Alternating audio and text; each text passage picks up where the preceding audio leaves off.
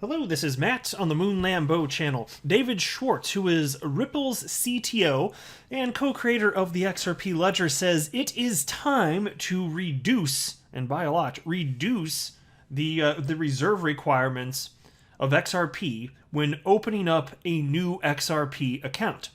Right now, as I record this, 20 XRP must be held in reserve to open a new account, and when it comes time for you to cash out, if that's what you want to do, 20 XRP must be left behind, and that's part of the design. So they want to make sure that it's well, there are a number of reasons, including it's harder to spam the network when there's a reserve requirement like that. Because if you want to do like a DDoS style, denial of service style attack, it's gonna get really pricey pretty damn quick. So good luck.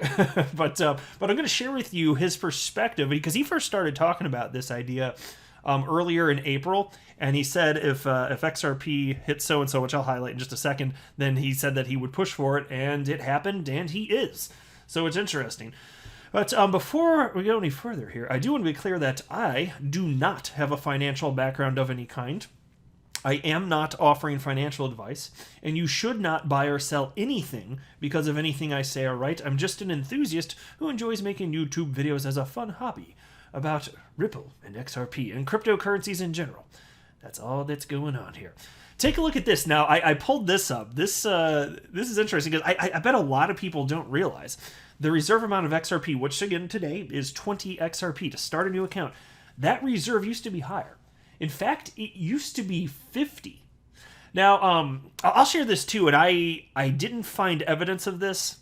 It may be true, it may not, but I've seen a number of people over the years talk about how XRP's reserve amount used to be, oh gosh, what are some of the numbers? I've seen 200, I've seen 300, I've seen 500. I don't know if any of that's true. I don't know of a great way to look at that up. So, and I don't pretend to know everything about Ripple and XRP. I like the idea of being able to share what I do know with you, but then also learning from people that engage with me on Twitter and watch these videos that I put on YouTube. So if you know, please let me know, and I'll be happy to talk about it and credit you in a future video if you are aware.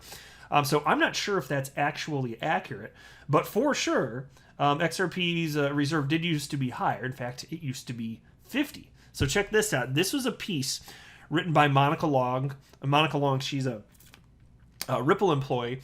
And so this is part of Ripple's official blog series called Ripple Insights. And this is from December 4th, 2013. So mind you, at this point, XRP had been on the open market for somewhere in the neighborhood of a year. I think it was a little bit less than a year. If memory serves, it was the tail end of December 2012 when XRP, the final version of it, officially went live. And so here's the headline from it.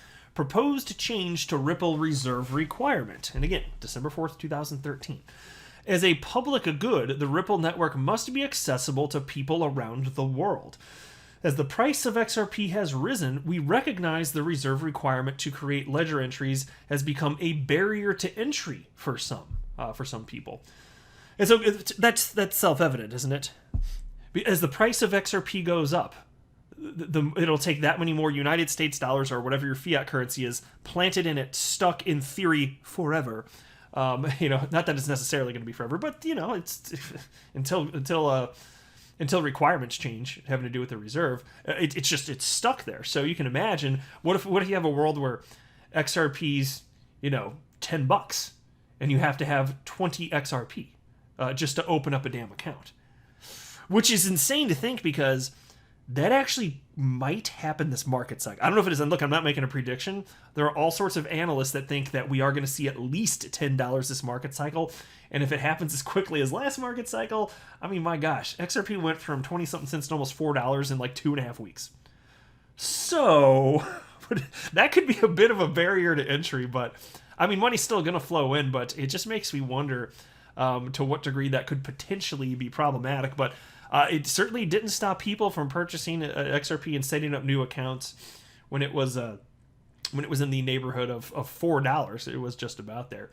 And also a lot of people, since people are wishy-washy and get in and out of positions, it's also true that if you're doing cold storage, you may already have an account. And if you don't, it may not be a problem, because check this out. Here's why, and this is a good argument for why it might not be that big of a deal. It's only going to matter for most people if you want to set up your own cold storage wallet.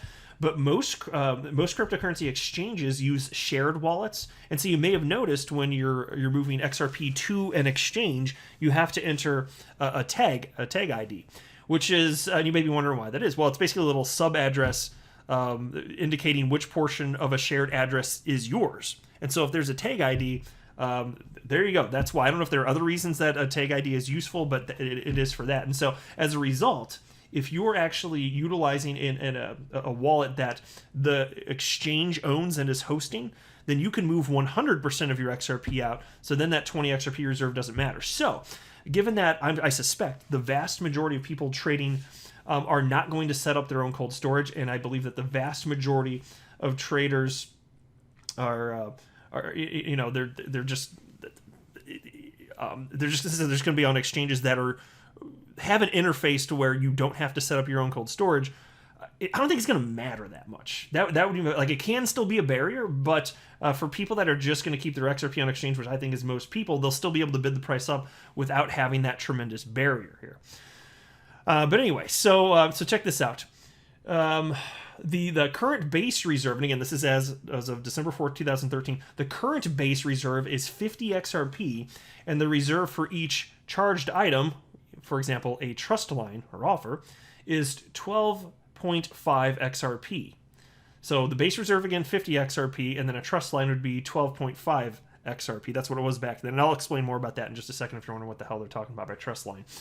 The purpose of reserve requirements is to prevent ledger spam, so they should be a nominal amount. To align reserves with the current trading price of XRP, we propose changing the base reserve to 20 XRP and charged item reserve to 5 XRP, which preserves the current base charged item ratio. And ultimately that is what happens. So the charged item reserve, as they're calling it here, 5 XRP, and the base reserve is 20 XRP today. So this has persisted for some time, including through the entirety of the last market cycle, which is impressive, right? No change for the vast majority of XRP's existence, but now maybe we're going to see something, which I wouldn't mind. But anyway, we will float this proposal to the network, and then it'll be up to the validators to vote on the change for it to go into effect.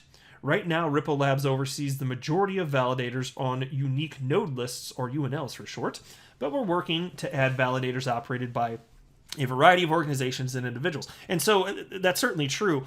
There was a much stronger argument to be made that the XRP ledger was much more centralized back then, and it was. But today, Ripple has absolutely no special permissions over the XRP ledgers, and so kudos to Ripple for following through with what they said they were going to do, and they certainly did it successfully. It took years and years and years, but of course it did. And that's not a complaint. It's just an acknowledgement of what happened. It did. And so then they have the subheading, how validators vote on reserve levels. And this is interesting. On the Ripple network, validators vote for new reserve levels. Administrators can configure their Ripple servers to vote for reserve levels they believe are appropriate. Prior to the vote, validators announce their desired reserve levels and their validations, making their desires public and allowing other validators to see what reserve levels have sufficient supports. Validators can then inject pseudo-transactions into the consensus process to change the reserve level. Any pseudo-transactions included by a majority of weighted trust will survive into the consensus ledger, changing the reserve level. So functionally, that's how it works. And this is not something people normally talk about. I find it very fascinating, so I wanted to share it with you because I think when you get into this level of detail, it's not something that's frequently discussed. Usually, what is discussed is win Moon, win Lambo. By the way, the answer, Friday, 2 p.m. Now you know. So here's a tweet from David Schwartz. This first one was from April 10th, and then the rest of them are brand spanking new. They got that new tweet smell that we've all come to love so much. So here's what David Schwartz wrote on April 10th. If the price of XRP stays over $1 United States dollar for 2 weeks, I will personally start advocating for a drop in the XRP ledger reserve requirements from 20/5 to 10/2.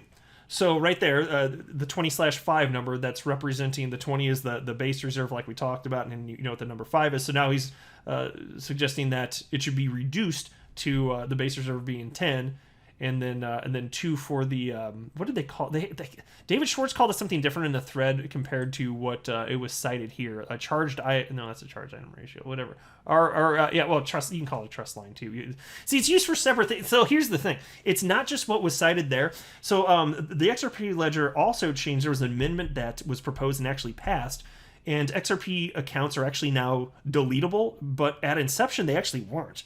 But there's a fee associated with that, and that's also what the second number is. So it's trust lines, and also that's the fee to delete an account also. And so it costs 5 XRP. So if you want to delete your account, you're still never gonna get all of your XRP back then, right? But that makes sense, because otherwise, it would still be a little bit easier to spam the network if you could get 100% of it back. So anyway. Somebody asked David, though, somebody named Crypto Engineer on Twitter wrote, even 10 XRP still too much for many people. Why not 1 or 2 XRP? A totally legit question. And David Schwartz did respond. And he wrote, in my opinion, too great a risk that future events will create the need for a higher reserve, and raising the reserve is really awful to do. So what's he talking about there? Well, he's saying... effectively, because why would that be a problem? Think about it. Why would it be a problem to raise the reserve? Think functionally what this means, okay? So the price of XRP is going up, so we're reducing it so that the barrier to entry is lower. Makes sense. What if the price crashes all the way back down then? Like, functionally, what would that even look like? Do you raise the reserve then? And what's that going to... Because then if you raise the reserve also, then whoever created their accounts while the reserve was lower, they might not be too happy, because then more of their money is locked up in this in XRP. You can't cash out of the account because it's coded into it. You literally can't get it out, and there's no customer service department to complain to. You can talk to validators, I guess, if you can get a hold of them. But that's what it would look like. And so I'm just sitting here wondering, because the idea was floated also. Why don't you just have the reserve amount just be pegged so that it's based upon what the market rate of XRP is, and then it just is constantly in flux. And so that was, to me on the surface, that sounds like a good idea, but admittedly there is a problem. If it's pegged to that, then you could have the reserve amount go back up, which I agree with David Schwartz, of course, not exactly desirable for a couple of reasons, right? So what might the workaround for something like that be? And I have a thought on this. If this is a bad idea, somebody like David Schwartz with a tech background would have to articulate to me why. But why can't you just have it so that if you create a new XRP account, if there's a reserve that's lowered, if the reserve amount gets lowered, you get to benefit from that. It'll be lower than perhaps when you initially set up your account, so you can remove more XRP than you otherwise would have when you set up the account, right? That makes sense. But why can't you have those accounts also be grandfathered in so that if the reserve amount does go up, like say it was attached or variable, just based on the market price of XRP, just have it so that accounts that are in existence don't get hit with higher reserves. So if there's an argument to why that would be terrible, I'm totally open-minded. I'm just kind of spitballing here. I've been thinking about it for a while. But to me, that seems, at least on the surface, to make sense. And because having the reserve reduced, that's not going to harm people, but yeah, it could be a problem. It could really upset some people if it gets raised beyond what they were expecting it to do. So why not just have that coded in? And that seems to be, I would think that would be a workaround anyway. And so here is the tweet from today from David Schwartz. Because mind you, the price of XRP. And it's been a couple weeks since David Schwartz tweeted that out. The price of XRP, it actually did dip below $1. I know it got down to 91 cents, but I don't think that that we had a close for the day below $1. And so I think that's why he's not counting that. That's my guess anyway. I didn't see him address that, but I believe that's why. Because otherwise this doesn't make sense. Like, how would he not be aware that it went down to 91 cents? I suspect he is aware. And so this was just a bit earlier today. He tweeted this out. I now personally advocate lowering the XRP ledger reserves from 20/5 to 10/2. I have not discussed this with anyone at Ripple. Thinking about it, I probably should have. It is my personal position. And XRP community member Stuart XRP responded to that with the following. Why do you need to discuss with Ripple about lowering the XRP ledger reserves when it's not Ripple's decision. XRP Ledger is decentralized, and the validators will vote for changes like the XRP Ledger reserves being lowered. It's great that you could advocate this, but the decision will be the votes. And David actually did respond to that. I think it's a totally fair question. David wrote, because no matter what I say, people will often interpret me as speaking for Ripple or articulating Ripple's position, particularly when I speak about XRP.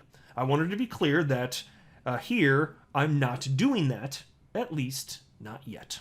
So there you go. And Ripple does have a say in it. They just don't have any special permissions over the ledger, but yeah.